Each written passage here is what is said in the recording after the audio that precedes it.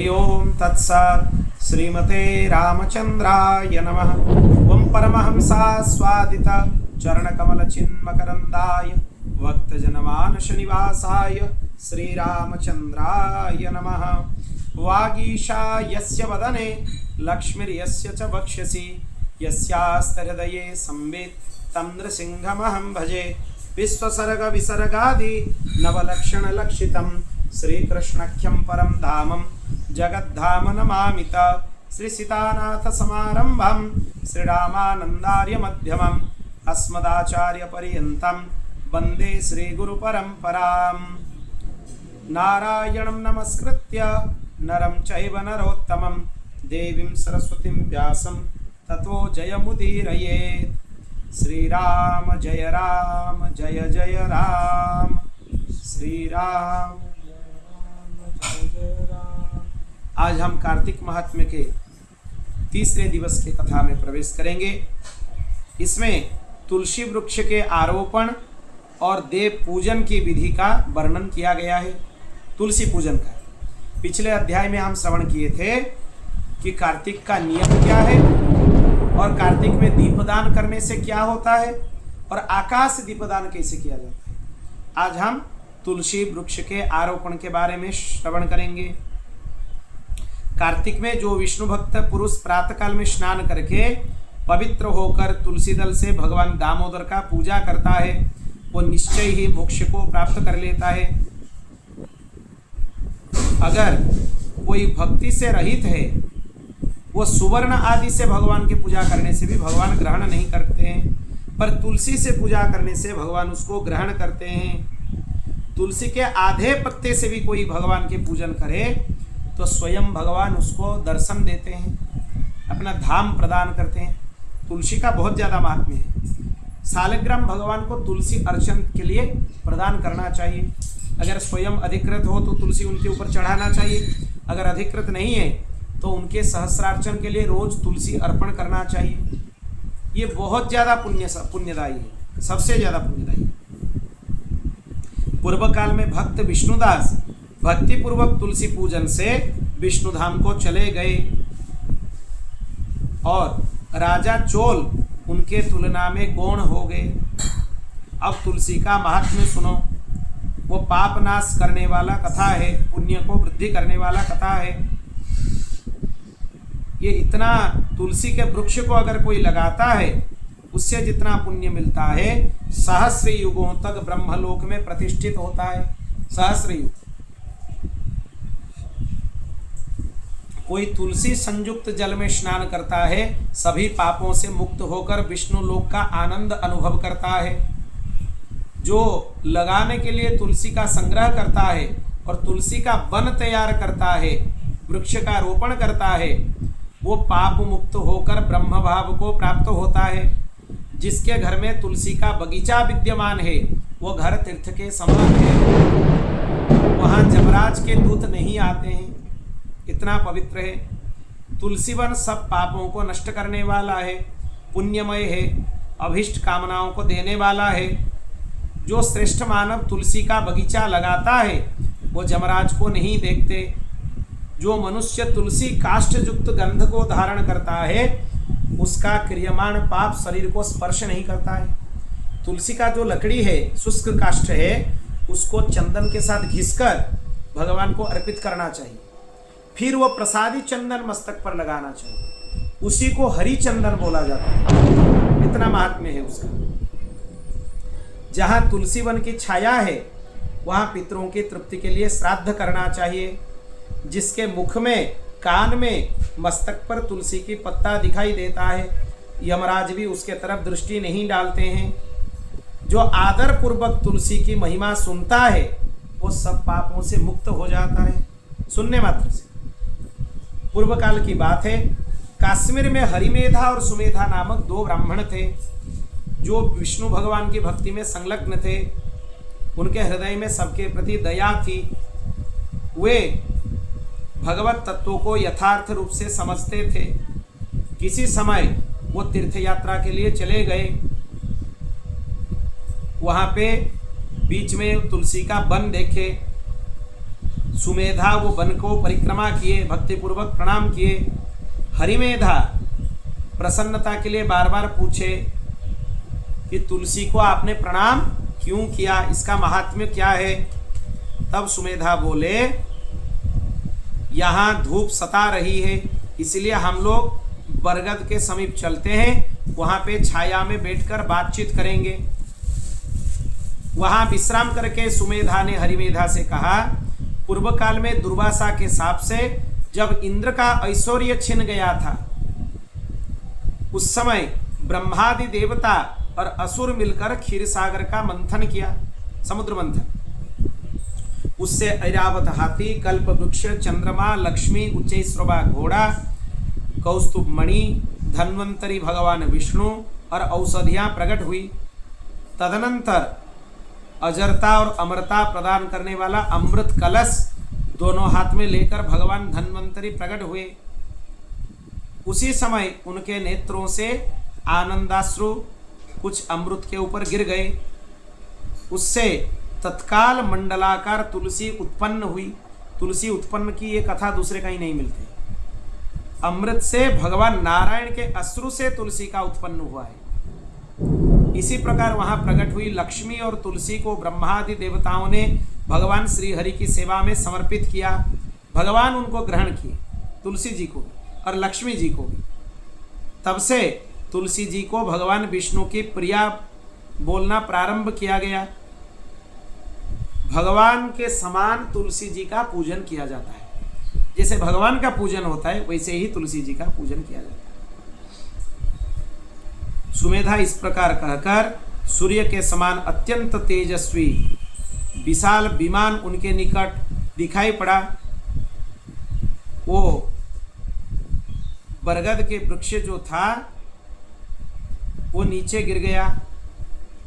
एक विमान भी आ गया और जिसके नीचे बैठकर ये लोग कथा कर रहे थे वो वृक्ष भी गिर गया और उसमें दो दिव्य पुरुष निकल गए।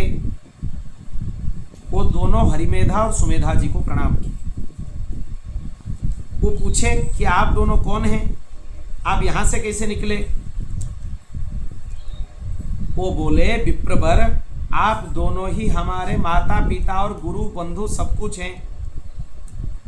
इतना कहकर वो बोले कि एक बोले, मेरा नाम आस्तिक है, मैं देवलोक का निवासी हूं, मैं नंदन वन पर क्रीड़ा करने के लिए गया था, देवांगनाओं के साथ विहार करता था। उस समय युवतियों के मोती और बेला के हार तपस्या करती हुई लोमस मुनि वहां मुनि के ऊपर गिर गए।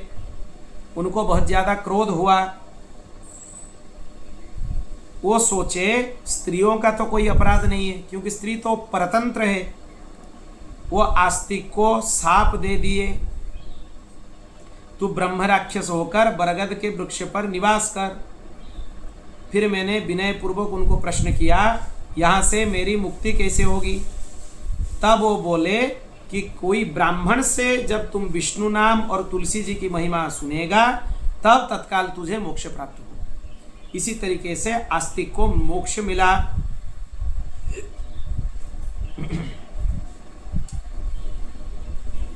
अब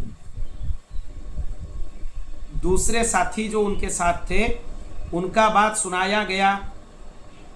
वो एक समय अपने गुरु की आज्ञा का उल्लंघन कर कर ब्रह्म राक्षसत्व को प्राप्त हुए थे। फिर ये भी ब्रह्म राक्षस से मुक्त हुए केवल गुरु अवज्ञा करके। अब दोनों बार बार इनको प्रणाम करके भगवत धाम चले गए। अब दोनों तुलसी की प्रसन्नता करते हुए तीर्थ यात्रा के लिए चले गए। ये कार्तिक का महात्म्य है। अब हम सुनेंगे त्रयोदशी से लेकर दीपावली तक के लिए क्या उत्सव करना चाहिए, ये महात्म्य है। कार्तिक कृष्ण त्रयोदशी, जिनको धन्वंतरी त्रयोदशी बोला जाता है, धनतेरस, उस दिन दंत धावन करके प्रातःकाल में स्नान करें और त्रिरात्रि व्रत का नियम लेकर गोविंद के भजन में तत्पर होना चाहिए। उसके अंत में गोवर्धन उत्सव मनाना चाहिए। त्रयोदशी, चतुर्दशी, अमावस्या, 3 दिन का व्रत और अंतिम दिन पूर्णिमा नहीं, अमावस्या के बाद गोवर्धन उत्सव करना चाहिए। त्रयोदशी 3 मुहूर्त से अधिक हो तो वो व्रत में ग्राह्य है। कार्तिक कृष्ण पक्ष के त्रयोदशी के प्रदोष काल में यमराज के लिए दीपदान करना चाहिए और नैवेद्य अर्पित करना चाहिए। जमदीप बोला जाता है उसको। यमदीप देने से उस दिन क्या होता है, यम यातना नष्ट हो जाता है। त्रयोदशी के दिन देना चाहिए।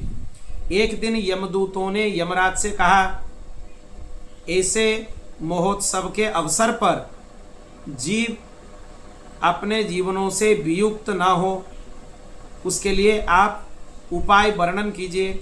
यमराज वर्णन करते हैं, कार्तिक कृष्णा त्रयोदशी को प्रदोष काल में, संध्या काल में अपने घर के दरवाजे पर निम्नलिखित मंत्र से दीपदान करने से अपमृत्यु नहीं होती है। वो क्या मंत्र है? मृत्युना पास दंडाभ्यम कालेन च मया सह त्रयोदश्याम दीपदानात् सूर्यजः प्रयतामिति। त्रयोदशी दीपदान करने से मृत्यु, पास दंड, काल और लक्ष्मी के साथ सूर्यनंदन यम प्रसन्न हो, अपमृत्यु ना हो, ये बोलकर दिया जाता है। उसका अपमृत्यु नहीं होती है। दीपावली के पहले दिन जो चतुर्दशी है, उस दिन तेल मात्र में ही लक्ष्मी जी और जल मात्र में ही गंगा जी निवास करती है। कोई भी तेल में लक्ष्मी जी है, कोई भी जल में गंगा जी है। चतुर्दशी के दिन उस दिन प्रातः स्नान करके, जो प्रातः काल में स्नान करता है वो यमलोक नहीं देखता है। अपामार्ग की, जिसको चिचिड़ा बोलते हैं, अपामार्ग की काष्ठ है, उसको मस्तक के चारों तरफ घुमाए 3 बार एक मंत्र पढ़ना चाहिए चतुर्दशी को। सीतालोष्ट समायुक्त सकंटक दलान्वित हर पापमपामार्ग भ्राम्यमाण पुनः पुनः। हे कंटक विशिष्ट पत्तों से सुशोभित अपामार्ग, तुम बार बार घुमाए जाने पर मेरे पाप को हरण कर लो। ऐसे बोलकर अपामार्ग को ऐसे चारों तरफ घुमाना चाहिए। फिर स्नान करके भीगी वस्त्र से मृत्यु के पुत्र रूप 2 कुत्तों को दीपदान करना चाहिए। मृत्यु के 2 पुत्र हैं, 2 कुत्ते हैं, उनको दीपदान किया जाए। क्या है मंत्र, उनका नाम क्या है और मंत्र क्या है?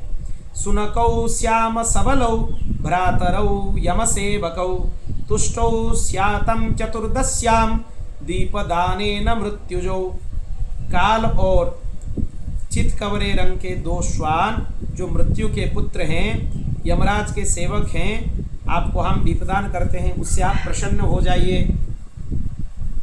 फिर 14 यमराजों का तर्पण करना चाहिए। यम 14 हैं। क्या है उनका नाम? यमाय धर्मराजाय मृत्युवे चंतकाय च वैवस्वताय कालाय सर्वभूत क्षयाय च औदुम्बराय दधनाय नीलाय परमेष्ठिने वृकोदराय चित्राय चित्रगुप्ताय ते नमः। ये 14 नाम हैं। इनमें चतुर्थी विभक्ति का प्रयोग करके नमः पद जोड़ करके तिल मिश्रित जल से इनका तर्पण करना चाहिए। यमाय तर्पयामि नमः, धर्मराजाय तर्पयामि नमः करके तर्पण करना चाहिए। जिनका यज्ञोपवीत है उनको बाएं कंध पर रखकर अथवा दाहिने कंध पर रखकर भी ये तर्पण किया जा सकता है। यमराज देवता के पद पर भी होते हैं, पितरों के पद पर भी होते हैं। उनको देवता माने तो बाएं कंधे पर यज्ञोपवीत रख के तर्पण करें। अगर उनको पितृ माने तो दक्षिण कंध पर यज्ञोपवीत रख के उनका तर्पण करें। वो उभय होते हैं। जिसके पिता माता जीवित हो वो भी यम तर्पण भीष्म तर्पण कर सकता है, उसके लिए मना नहीं है। कार्तिक कृष्णा चतुर्दशी को अगर अमावस्या भी हो, स्वाति नक्षत्र का योग हो, तो उसी दिन दीपावली होती है। उस दिन से प्रारंभ करके 3 दिन तक दीपोत्सव करना चाहिए। क्योंकि राजा बलि ने भगवान से वर मांगा था, मैंने आपके छद्म रूप वामन रूप के लिए 3 पग की भूमिदान की है, उससे आप 3 दिनों तक 3 पगों द्वारा नाप लिया है। आज से 3 दिन तक प्रतिवर्ष पृथ्वी पर मेरा राज्य रहे। और इसी समय कोई मनुष्य अगर पृथ्वी पर दीपदान करता है, उनके घर में आपकी पत्नी लक्ष्मी जी स्थिर भाव से निवास करें। ये बलि की पहले से मांगी गई वरदान है। इसीलिए लक्ष्मी, स्थिर लक्ष्मी किसको चाहिए? तो 3 दिन तक दीपदान करना चाहिए। त्रयोदशी, चतुर्दशी, अमावस्या, फिर उसके भी आगे 2 दिन करना चाहिए। दैत्यराज बलि को भगवान विष्णु ने चतुर्दशी से लेकर 3 दिन तक राज्य का राजा बना दिया, इसीलिए महोत्सव करना चाहिए। वो चतुर्दशी के रात्रि को महारात्रि बोला जाता है। उसी दिन महारात्रि देवी का प्रादुर्भाव हुआ था। जो शक्ति पूजा परायण हैं वो चतुर्दशी के दिन भगवती काली का पूजन करना चाहिए। वो काली चौदस बोला जाता है उसको। भगवान सूर्य तुला राशि में स्थित होने पर चतुर्दशी और अमावस्या की संध्या के समय मनुष्यों को हाथ में उल्का लेकर पितरों के प्रति मार्ग प्रदर्शन करना चाहिए। वो कैसे किया जाता है? वो एक लकड़ी मिलता है, हल्का सा लकड़ी, उसको जला के इसे आकाश में पितरों के लिए दिखाना चाहिए। वो उड़ीसा में बहुत ज़्यादा किया जाता है, जगन्नाथपुरी में। इस दीपावली के अवसर पर करना चाहिए। और कार्तिक में चतुर्दशी आदि 3 दिन में जो दीपदान करते हैं वो सभी प्रकार के अरिष्ट उनका नष्ट हो जाता है। अमावस्या के प्रातःकाल फिर स्नान करके देवता और पितरों का पूजन करना चाहिए। फिर दही और दूध और घी आदि से पार्वण श्राद्ध करना चाहिए। पया श्राद्ध बोला जाता है इसको। इस दिन बालक और रोगियों के सिवा किसी को दिन में भोजन नहीं करना चाहिए। प्रोदस समय मतलब संध्या काल में भगवती लक्ष्मी का पूजन करना चाहिए। उसी दिन भगवती लक्ष्मी उत्पन्न हुई थी समुद्र मंथन से। ब्राह्म मुहूर्त में भगवती गोमाता और सायं काल में प्रदोष काल में भगवती लक्ष्मी। कमल के फूलों की सज्जा बनाना चाहिए। उसको छोड़कर भगवती लक्ष्मी कहीं नहीं जाती है। जावित्री, लवंग, इलायची और कर्पूर के साथ गाय के दूध को अच्छी तरह पकाकर उसमें शर्करा डालकर लड्डू बनाकर भगवती लक्ष्मी को भोग अर्पण करना चाहिए। और स्तुति भी करना चाहिए भगवती लक्ष्मी को। और प्रदोष काल में दीपदान करना चाहिए। सुंदर से दीपों के द्वारा अपने चौराहे पर सजाना चाहिए। नदी के किनारे भी दीपदान किया जा सकता है, पर्वत पर भी किया जा सकता है, घर में किया जा सकता है। ये उसका बहुत ज़्यादा महात्म्य है। जीव हिंसा, मदिरापान, अगम्यागमन, चोरी, विश्वासघात, ये 5 नरक के द्वार हैं। इनका त्याग करना चाहिए। इसी तरह त्रयोदशी से लेकर दीपावली तक उत्सव करना चाहिए। अब आगे के पर्याय में हम सुनेंगे शुक्ल पक्ष में क्या उत्सव होते हैं, उसका विधान क्या है। बोल भक्तवत्सल भगवान की जय। श्री राम जय राम जय जय राम। श्री राम जय राम जय जय राम। श्री राम जय राम जय जय राम। ओम पूर्णमदः पूर्णमिदं पूर्णात् पूर्णमुदच्यते पूर्णस्य पूर्णमादाय पूर्णमेवावशिष्यते। हरि ओम शांति शांति शांति।